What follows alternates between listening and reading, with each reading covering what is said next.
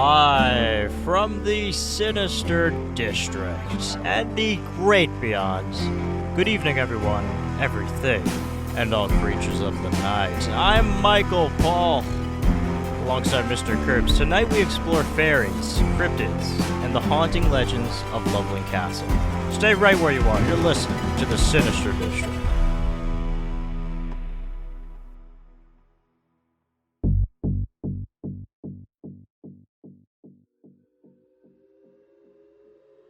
Well, hello, ladies and gentlemen. Welcome back to the Sinister District. I'm Michael Paul, alongside Mr. Curbs, and tonight's special guest, Derreck. Derreck has seen a fairy, and he's also had other encounters, such as a ghost, I believe. So, I've never seen a fairy personally. I don't know about you folks, but Derreck has seen a fairy. I don't know what that entails. Tinkerbell, maybe? I'm not sure. So he's going to explain what he means by that, and also his ghost story, which should be a little spooky. So sit back, relax, folks, and buckle in, because this is a good one, and we hope you all enjoy it. So, Derreck, welcome on to the show. How are you? I'm awesome. Thank you guys for having me so much. It is our pleasure. So, this fairy. What does this fairy entail, Derreck? Okay, so about 10 years ago is when I had my encounter. I woke up one morning, I looked outside my window, and I kind of neglected mowing my yard for a while, and the weeds were up pretty high, and I saw something that looked to me like a dragonfly at first. And I lifted my head up a little bit, and I looked out a little bit closer, and it was not a dragonfly. It looked to me what can be closest to described as a fairy. It was about the size of a dragonfly. It had wings, but the body was humanoid. Its body was wrapped up almost in like a leaf. My guess is some kind of clothing, maybe. It fluttered about for a little bit, and then it looked at me, and then it flew away. And it wasn't a long-lasting encounter, but it was a encounter that left a long-lasting effect on me. Naturally, I was amazed and thought I was crazy, but as I research it a little bit further, I think the belief in them may not be as crazy as people think.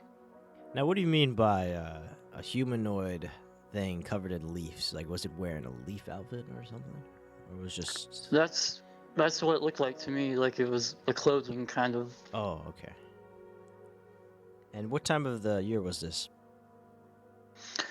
I want to say it was around the summertime. It was warm. Yeah, and like I said, I kind of neglected mowing for a little bit. And I want to say this is around 2016, I think. Huh. Did it make any noise? No, I didn't hear anything because I had my window closed, but I could still visually see it. Yeah, it was. It's definitely the kind of thing that makes you question your sanity, but all I can say is it looked real to me. Like what was like the approximate like size of it? To me, it seemed like dragonfly size. It wasn't huge, but it was big enough. It was to be perceptible from a distance. I mean, it's hard to give an exact inches estimate, but the size was probably around dragonfly. And you're like 100% sure it was like, like it had like humanoid features and everything, it wasn't just you seeing a dragonfly? Yeah, it was a dragonfly. I discernibly could tell the humanoid features, arms, legs, face.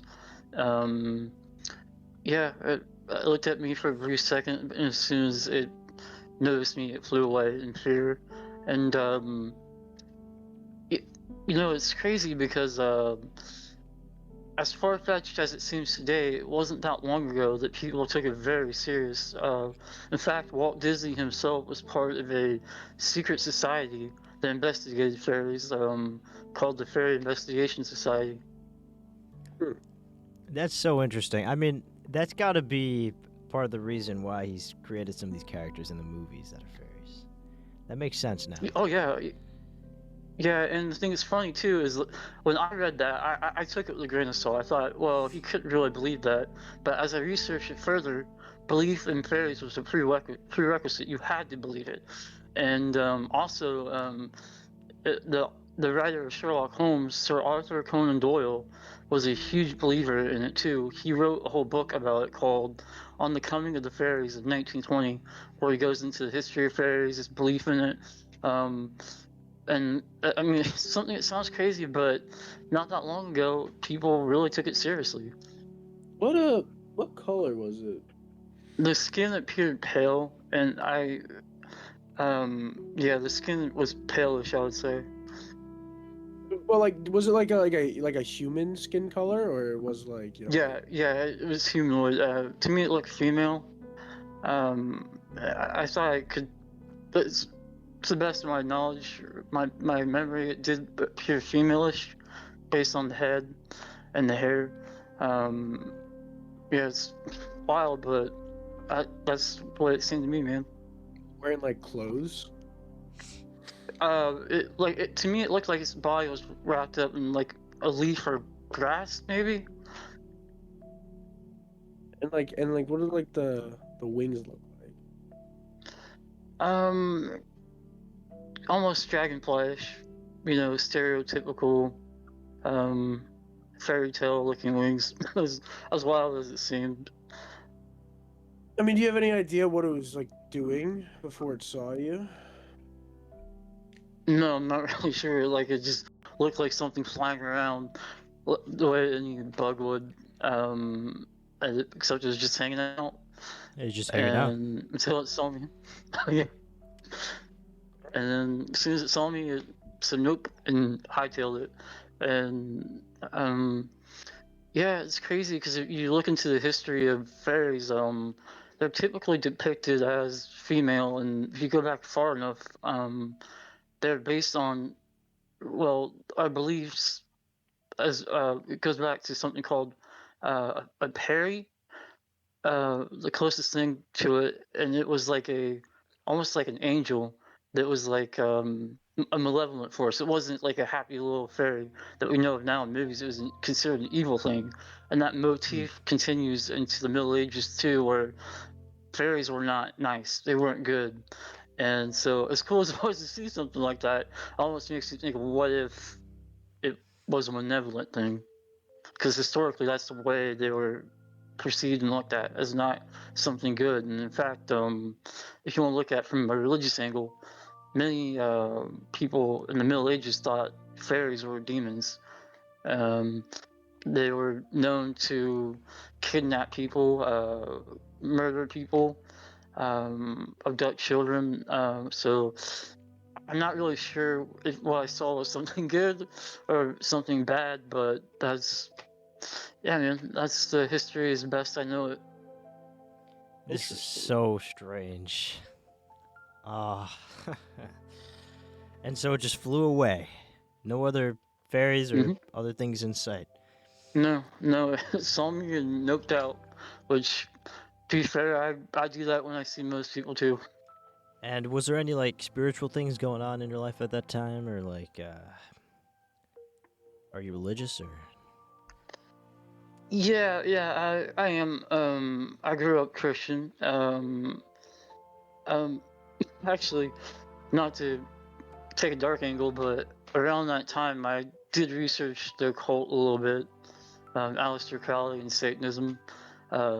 It's one of those things where I think you have to know your enemy.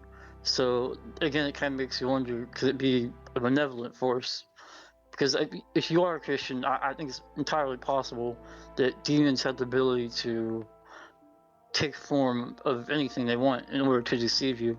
So maybe it was copying a motif that seemed harmless to enter into my life. I'm not sure. I just, it's one of those things I keep an open mind toward, you know? But you really think it's like an evil thing? You sense that? Well, it's one of those things where I want to think it was something special that I was lucky enough to see, but I it doesn't necessarily comport to a Christian worldview. And the most references I have to go off of, based on ancient Christians, was the belief that they were demonic entities. Mm. Which I'm open-minded on that, but I understand that viewpoint, and I lean sympathetic towards that. And so after this experience, did you do some research and did you know of this? Did you know of fairies before this? Like, did you have an interest in this or no? Probably not, right? No, no. I mean, I watched Disney movies growing up, but that was about it. It wasn't until after Right. this happened that I went on a research spree and just wanted to see, am I going crazy? You know, it reminds me of, I'm not sure if you've ever seen the X-Files, but Mhm. its creator Chris Carter talked about how the two agents, Scully and Mulder, represented his desire to want to believe in the supernatural, but be skeptical about it too, not want to be duped. And you know, the Mulder in me wants to say, "Oh my God, I saw a fairy! It's so awesome!" But the skeptic is like, "Did I leave my window open and like inhale fumes from the meth lab down the street?" I mean, I I know to me what I saw feels real to me, but it's one of those things that it does make you question your own sanity. So, for obvious reasons, I don't exactly share it often. Yeah. But you know it was there. It's not. It wasn't like a reflection, right? No, no, 3D. I saw it. You saw it. 3D. Reflection. I don't It know. it wasn't very. It's through a It didn't window. last long, but You never know. If it was a reflection, that means the fairy would have been inside his house. Well, you know what I mean. Would you want to see it again, if possible? oh man, if well, it depends. If it's a benevolent force, that would be awesome. But if it's evil, I like to stay with fairies. What'd you do like after you saw it? Like, what was like your first, I guess, action after you saw it? Were you just like shocked? Yeah, I think I was kind of frozen in shock, like questioning my sanity for a while. I think I just did the same thing I normally do on an off day. I just got up, got something to eat, and once like when I was awake enough to like fully process what I saw, I did a little bit of research on it, and I I just want to know, am I crazy, or is there something to it? And look, so like I said, I don't know if it's actually like fairies exist as their own unique entity, or if it's like a demonic um projection. I don't know, but what I saw felt very real to me. After this happened, did you like investigate the spot where it happened, the backyard, or look around? Oh yeah, yeah. I mean, I'm a very outdoorsy guy, so obviously I went out and looked around, and it just looked like a normal day, minus the weeds that I needed to mow and eventually got to. But I never seen anything like that again. Right. Have you spoken like to anyone or have like seen anything online that like relates to your experience at all? I've yeah, actually I've seen testimonials. I've seen there's actually, well, I don't know if they're real, but I've seen videos of people purporting to have footage of fairies, people telling um their own experiences and things like that. And you know, I know it sounds kind of ironic because I'm some guy on the internet, but when you hear somebody on the internet, you obviously have the desire to believe it, and obviously a healthy degree of skepticism, I think. Oh yeah, and another guy that claimed to saw fairies was a very famous poet by William Blake, the guy that wrote Tiger Tiger. He claimed to have seen a fairy funeral, and so again, there's pretty big names that saw claimed to have seen these things, big names that were involved with investigating it. I want to say actually the Fairy Investigation Society well, it eventually went away for a while, but they brought it back, and it still exists today online. You said right. You didn't only just encounter a fairy, right? You also ended up having another encounter with like a ghost. Yes, that actually was a very long time before that, and the crazy story about that is, when you're a child, when you experience something like the ghost sighting that I saw, um, you don't. For me, like I rationalized it away, and it was only until years later that I realized what actually happened. I can explain it. So when I want to say I was around 10 years old. Me and my family, we lived in a trailer. It was very small, 2 bedrooms. One was my parents, and one I shared with my little sister at the time. She was about 5. And we had a sliding glass door. And I was laying in bed one night, and I um I woke up and I was looking at the door that slides right, and I saw this little girl. She wasn't very big, probably like 4 feet something. She had long blonde hair. She wore what looked like a white blouse, almost something old timey, or maybe like something somebody would wear to bed. And the thing that is really weird about it is the face. The face was not discernible. It was covered in a shadow. It was blackness. And at the time, I thought it was just my little sister, and I thought, oh, it's just my sister. So I rolled over to the other side of my bed, and as I look down, I see my little sister in her sleeping bag. So I realized, wait, she couldn't have got there that fast. And I remember being a little bit scared, but I thought, oh, it's probably nothing. And now looking back on it, knowing that I was one of 2 kids and the other was asleep, and to me, I do believe there was something paranormal. What's actually really crazy too, what adds to it, is I live down the street from a cemetery, a Oh, graveyard, there you go. and yeah, and here's where it really goes a whole nother level, right? So I had this idea. I thought, okay, like I wonder if there's like a website from the cemetery. I wonder if like I can read the names of people who were in the cemetery, right? And there is. And I looked it up, and there was only one person that matched that little girl's description, and she was a 6-year-old girl named Emily who died in the 1800s. Damn. Oh, Yeah, yeah. And so, and another reason why that can't be my sister is the girl had blonde hair. My little sister had brown hair. So, like I said, we were the only kids, and you couldn't see its face, and that's what haunts me today is the fact you couldn't. It was just blackness. So wait, so it was just like watching you? Yeah, it's like from a scary movie, man. Like it was just looking through the window, watching me the whole time, and and it wasn't very long, just long enough for me to get uncomfortable and think it was my sister. Um, yeah, and again, going back to my religious background, at the time, well, I rationalized it away later, but now looking back on it, knowing it's paranormal, I'm kind of in 2 camps. Do I believe that it was the ghost of that little girl Emily? Because the whole connection of the graveyard and the one person that was a little girl is kind of suspect. But I, again, my personal belief is I think ghosts are usually demonic entities, and that's like their way to lure you in, to let your guard down, thinking it's the spirit of your loved one.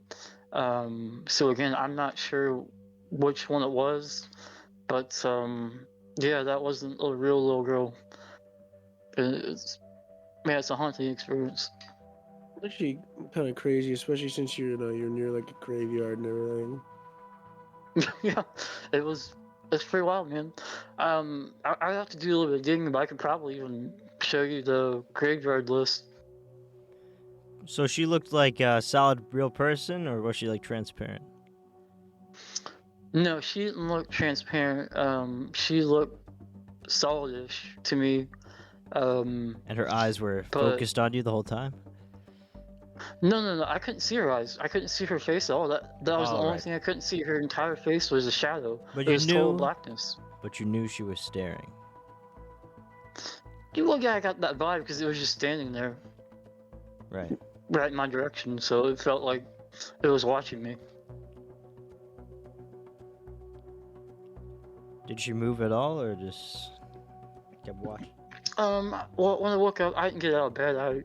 I just I looked at it for a second and I got a little bit scared and rolled over and looked down and saw my sister beside my bed in a sleeping bag. So, yeah.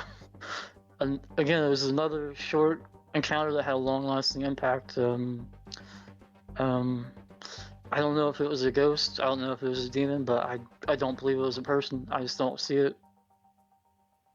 Did anything happen in that house after it that was strange to you? No, not that I remember. Again, I was a young kid. It would be pretty interesting to ask my relatives and see if, maybe they had a story. That maybe they saw something, Right. But that's the only thing I encountered.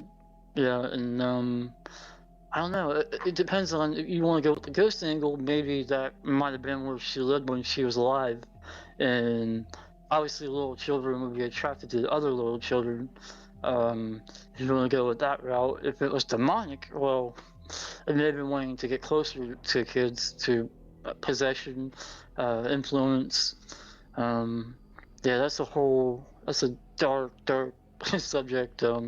Again, that you in my background as a Christian, I think you have to have knowledge of those things to be prepared for it. But you gotta put on the full armor of God for that kind of stuff. It's no joke. Wait, so did it just like watch from the window like all night? Like, did it like disappear after like you looked back or anything? I didn't look back. I was too afraid. Ah, right. That's kind of real. I was about to say, like, I mean, if there was just somebody watching me through the window, I probably wouldn't be able to fall asleep. Oh yeah, it was unsettling, but again, it's one of those things when you're a child, you have a way of. I was afraid, but I had a way of like rationalizing it away.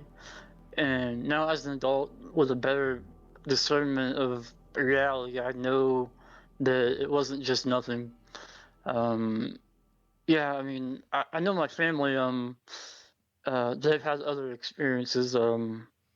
It's a totally different story. They lived in a haunted castle. Crazy story, but true. So, um, it's I'm not sure. Maybe something follows us around, or if we're just lucky in that regard. I don't know. You did say you were near a cemetery. I feel like that sort of is probably like the most likely place to find like spirits walking around. Oh yeah, I mean, again, it was one of those things when I was putting the pieces back together again as an adult. It just made too much sense. Living down the street from my graveyard, going through the archives and finding only one little girl that was 6 years old that would match her description perfectly. I mean, that was yeah, I mean, that's some spine tingling stuff. Have you heard anything from anyone else that lives on that street? Maybe about any other weird paranormal things that have happened? No, I haven't lived there since I was younger, but it would be very interesting if I, you know, tried to follow it up a little bit, maybe talk to the people that live there and see if they've had any encounters. I kind of want to do that now, because I have a feeling I'm not alone. Yeah, because I mean, if there is something like haunting, from that cemetery, it'd be weird for them to just haunt to haunt once at one house and then just call it a day, call it quits. Yeah, that's so weird that nothing else happened there. Because the ferry's a separate Well, place, right? oh yeah, yeah, yeah. Right. That took place as the fairy I saw as an adult. The ghost encounter that happened when I was, I want to say 10, 19-ish, something like that. I was just a little kid. Sometimes these spirits like to follow and feed off of people. Maybe. Oh yeah, I believe that. And if we have time, well, it's not an intrusion. There is a crazy story I have about this haunted castle. But that's not going too far. Let's hear it.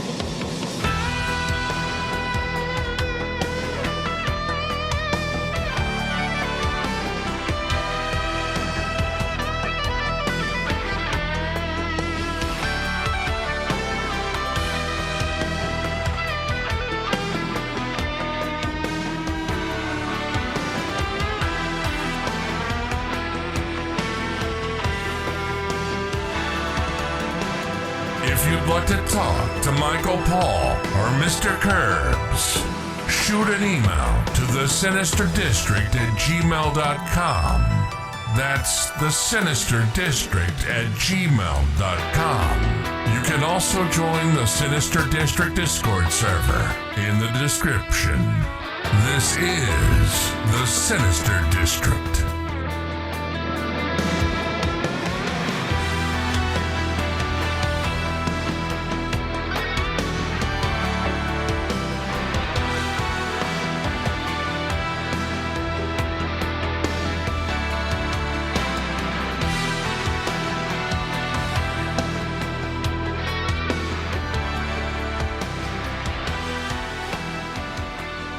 Okay, awesome. This is a real place, mind you. It's a real place. It's called the Loveland Castle. Here, well, I'm gonna out myself. I'm in Ohio. But the background of this castle was a man named Harry Andrews. He fought in World War One. He was really moved by the story of knights and chivalry, and when he fought there, he got hurt really bad, so bad that they actually thought that he passed away. And when he was in the hospital, actually the morgue, they wrote a letter to his wife telling him he passed away, and she wound up marrying someone else. Really sad. But what happened as he was laying on the, they're doing the autopsy, right? And when they cut into him, he bled. And fun fact, corpses actually don't bleed, so they realized he was alive. So they injected him with adrenaline. So he woke up. He came back to Ohio, very brokenhearted because his wife was gone. He became very religious. He became the leader of a Boy Scout troop that he named the Knights of the Golden Trail. And he taught them about the Bible. He taught them the code of honor of knights. And he would take them out and teach them, Boy Scout stuff. It was a Boy Scout troop, how to make fires, how to shoot bows and arrows. And the little boy said to Harry, he said, "Harry, how can we be knights if we don't have a castle?" And Harry was thought about it. He's like, "Yeah, you're right." So what he did was really badass. He built a castle himself, using buckets of rocks from a river, the Little Miami River, and he built a castle over 50 years. And he eventually lived in it, and still stands to this day. And his Boy Scout troop still exists. But here's where it gets kind of crazy. So my dad, when he was a kid, he was part of that group, as was my grandfather. This takes place after Harry passed away. Their house burnt down, so the Knights decided to let my father and his family move into the castle when he was just a little boy at the time. And both my grandmother, my father, my aunts, they've all told me the same stories. Really strange things would happen in the castle, like empty rooms would have heavy footsteps where nobody would be. There was a rocking chair that would move on its own. There was a chest where the pieces were moved by themselves. And my dad, he told me, when I was a kid, I thought it was just the adults playing tricks on us. But no, I know it's not. My grandma, she told me a story one day they were at dinner, and like a salad bowl just threw itself across the room, and they just all kind of panicked, not knowing what happened. Oh. Oh yeah, it just flew across the room. That one's hard to miss. Yeah, yeah, and but where it gets really crazy and really hard to dismiss for me is, okay, so my grandmother, background, she had a really large family. She had 8 siblings, so all her siblings and their families came over to the castle, right? And so the guys, this was back in the 80s, so all the guys are upstairs, smoking cigars, playing cards like a typical, 80s guy would do. And all the mothers, they went downstairs to where the little kids were. They were putting the kids to bed, right? And this is a story that my mother told, not my mother, my grandmother, my father, my aunt, they all tell me the story. The mothers were putting the kids to bed. There's like a flight of stairs that leads upwards to the rest of the staircases. And as they were getting ready to put the kids to bed, they saw a translucent figure, like creep around the corner, putting its fingers to its mouth, like to make a shushing sound. Oh. And Oh yeah, and then it came out. They saw it. They all saw it. My dad said it looked like an alien. Like its eyes were bulgy and black, and its body was translucent. It looked at them for a minute, and it ran up back the staircase. And again, the thing that's so crazy about this, it's not just one person that saw it. I have 3 witnesses that all told me they saw it, and other witnesses that I haven't talked to personally yet, but likely would authenticate it too. So we have probably potentially 10 witnesses to this thing. Oh, come on. Damn. That's crazy. Oh yeah, and look, it's a crazy story, but I mean, I definitely encourage you guys and your listeners look up Harry Andrews, look up the Loveland Castle. It's called Chateau Lover. Oh shit, I'm gonna forget the This name. Just look at Loveland Castle. You'll find it. Loveland Castle. So that's similar to the Loveland Loveland Castle. Frogman. Then. Yeah, Same, yeah, same area. that's true. Same place. Yeah, yeah, that's another crazy story. Hmm. A lot of Wait. crazy things in my neck of the woods. I feel like one of the craziest parts about that story, how fast did the guy's wife leave him? Like it sounds like she left him like really fast. Like it doesn't sound like he was pronounced dead for that long. Oh, It doesn't sound like he was pronounced dead for that long for him to be like, oh well, I'm getting remarried. I love that out of everything. That's the thing that you remember. I remember That's hearing awesome. that, and it was just like, I was just like, wait a minute, his wife got over that really fast. I know. And the poor guy was heartbroken. He died a really horrible death, actually. He burnt to death.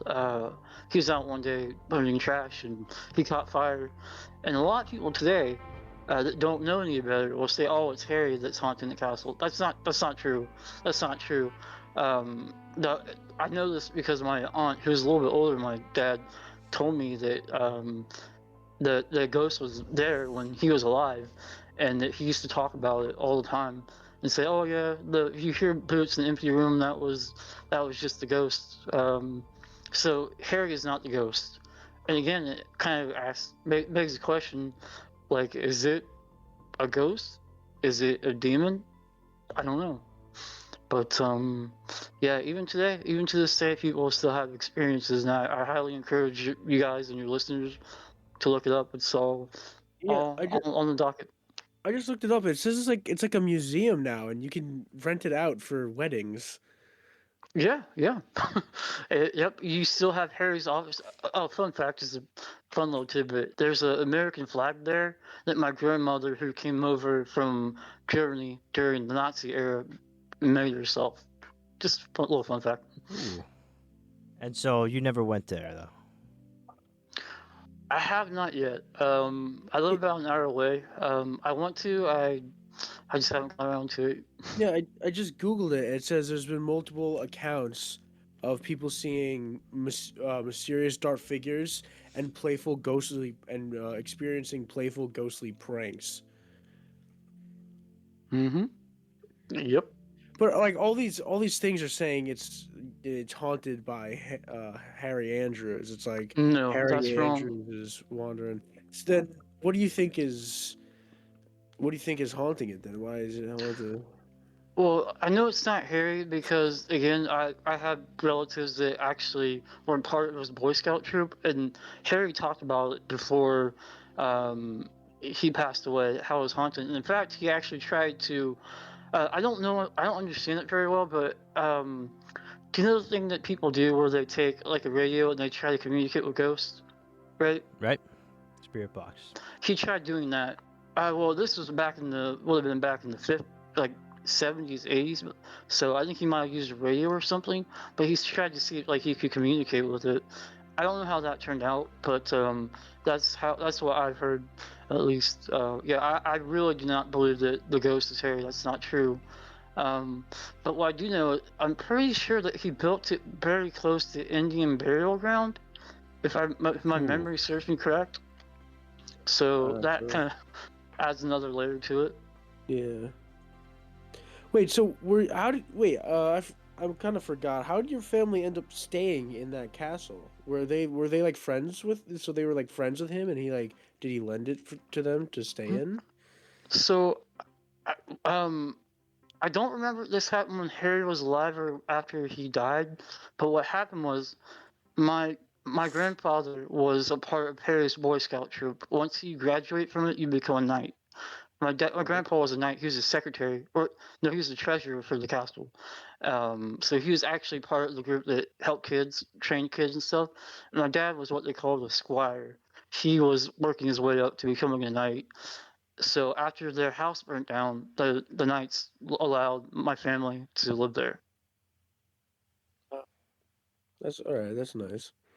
Yeah, it says Harry passed away in 1955, so I'm guessing it was probably after he passed away. I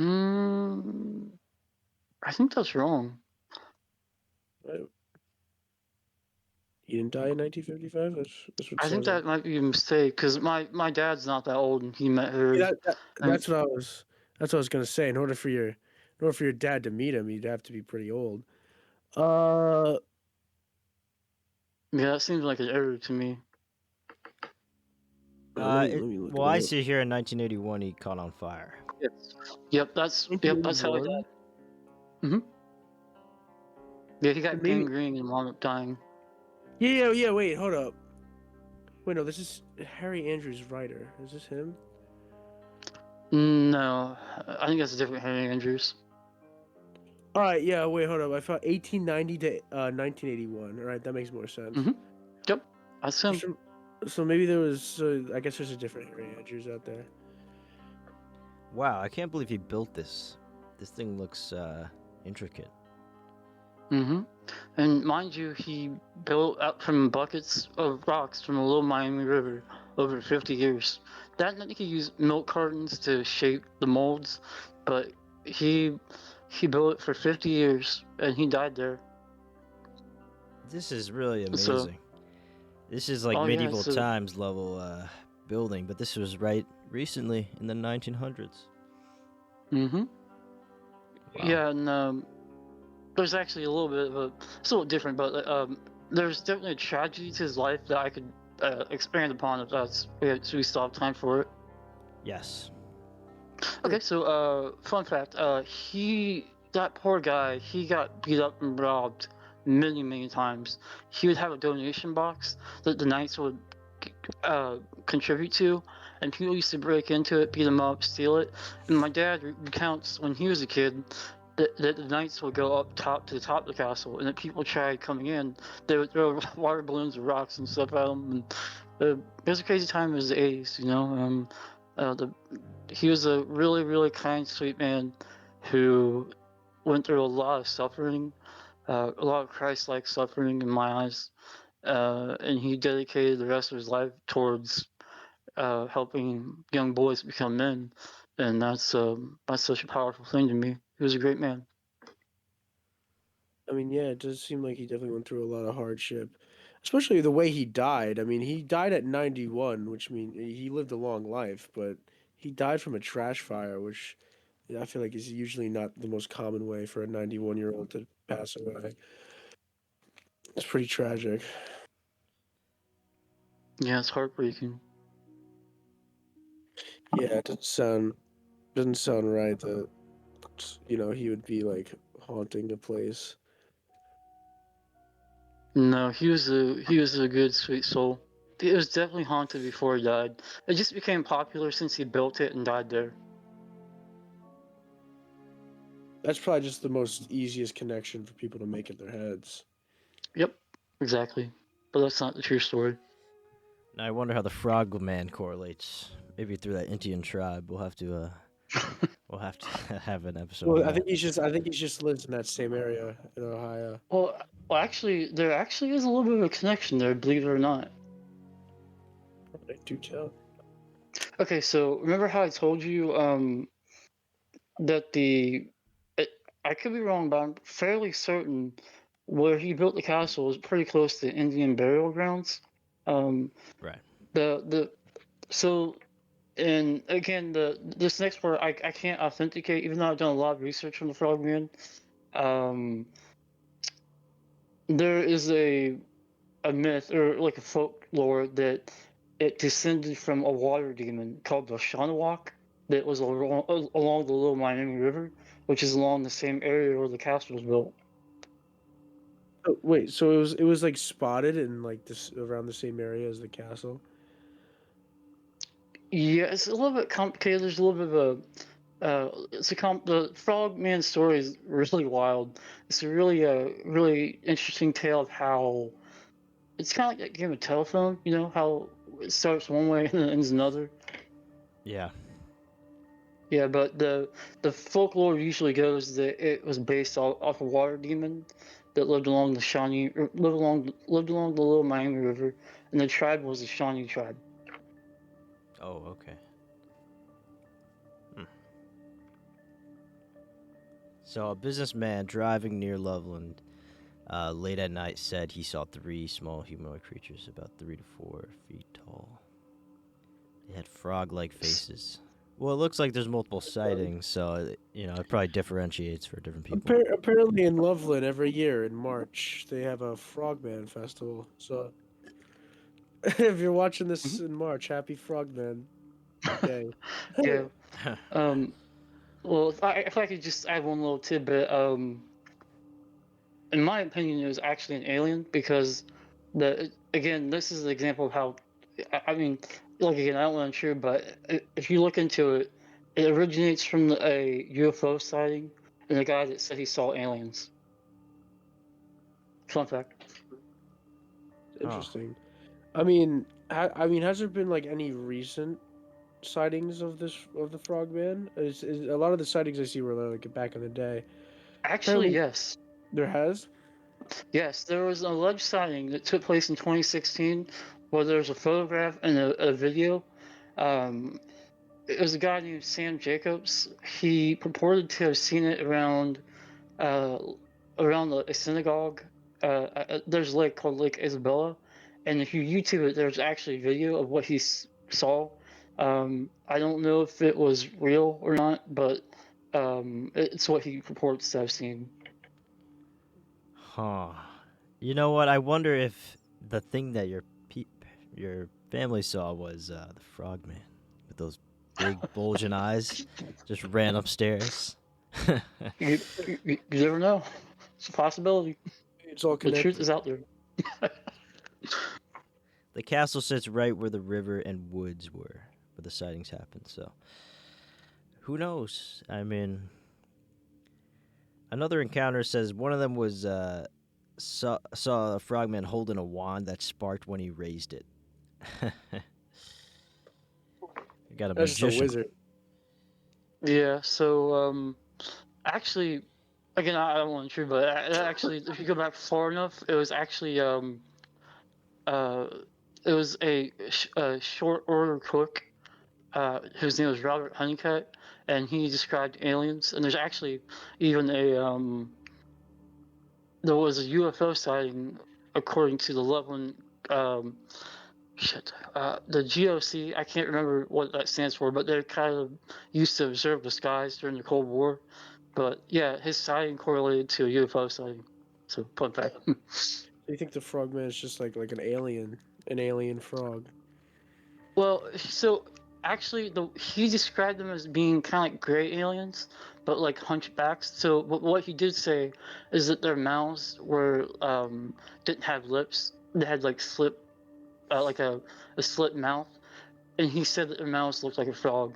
He described the aliens as like almost like gray aliens, but because he gave that notable description of a frog-shaped mouth, that's how over time it developed into a frog person. So the actual, just like humanoid, like 4 foot tall frog person, most likely doesn't exist, but there was like an alien sighting that just got like misconstrued. Hmm. That makes more Yeah. sense. 'Cause I'm not gonna lie, a lot of this, I started looking at some footage of supposed frogmen sightings. A lot of these just look like someone just saw like a big frog in the dark, and like it just like they're sitting on a log that just makes it look like slightly bigger. Like I thought that explanation actually makes a lot more sense. Yeah, the his encounter, Robert Honeycutt, it's really it's a pretty crazy story. I would highly recommend looking it up. There's a really great book about it. It's called look up Leonard Stringfield. He interviewed Robert Honeycutt, and he did a pretty good job of explaining how the story evolved. Yeah, that also does sound. That does sound pretty accurate for like, I guess like the press or like media to do. Like some guy says he sees an alien that looks kind of frog-like, and then they turn it into the Frogman, Mhm. even though it's Mhm. not. It's not a giant frog.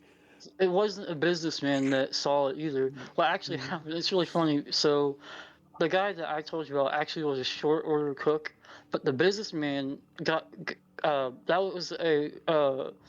was a mistake. There's this totally separate sighting of a guy that said that he saw little men who was actually a police officer. That was an error that was made in a UFO magazine called SOFO that was later corrected. And as time went on, these two accounts were actually like merged together. I want to think it's like a mutant, but it doesn't sound like that. Well, if anyone has seen a giant frogman, feel free to hit us up.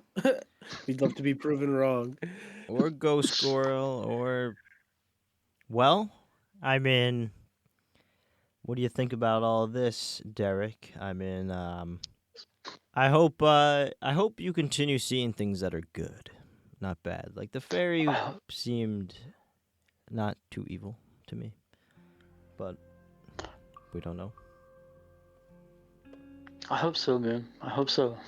Well, Curbs, final thoughts. What do you think? What is the fairy? What is the fairy? Probably a fairy. I mean, what else can you? How else can you explain a humanoid? Little person with wings. Sounds pretty fairy to me. I think this might be like a spiritual sign. Because he was looking through different things at the time, like cults and stuff, and maybe this was a sign. Yeah, maybe the fairy was a recruiter. Maybe it was really an angel. We don't know. Could be. I like to think that. As for the ghost girl, I think that's a ghost girl. I mean, it seemed like a haunting, especially near the cemetery. So that's what I think for that. I always get so shocked when like one person has so many, like paranormal encounters and stuff. I mean, I've yet to see anything, but we've interviewed people that have just seen like a ton of shit, and it's all like, so a lot of it's just like not correlated, and I'm just like, wow, like what are the odds? It tends to multiple things to one person. I don't know why. Yeah, In my defense, I'm in Ohio. Yeah, all the cryptids don't live in New York because it's too expensive. They don't got money like that. All right. Well, any final thoughts from Derek? Oh man, thank you guys so much for hearing my stories. I appreciate you guys rock. I look forward to listening to your show more. Thank you for the support. All right, from the Sinister District and the Great Beyond, thank you so much for listening. And remember to look outside your windows because there may be something flying. That's a fairy. Or maybe it's not a fairy. Good night. Okay, this was the worst one you've done. That was the worst one you've done. Get it like a fairy? Because we did a fairy episode.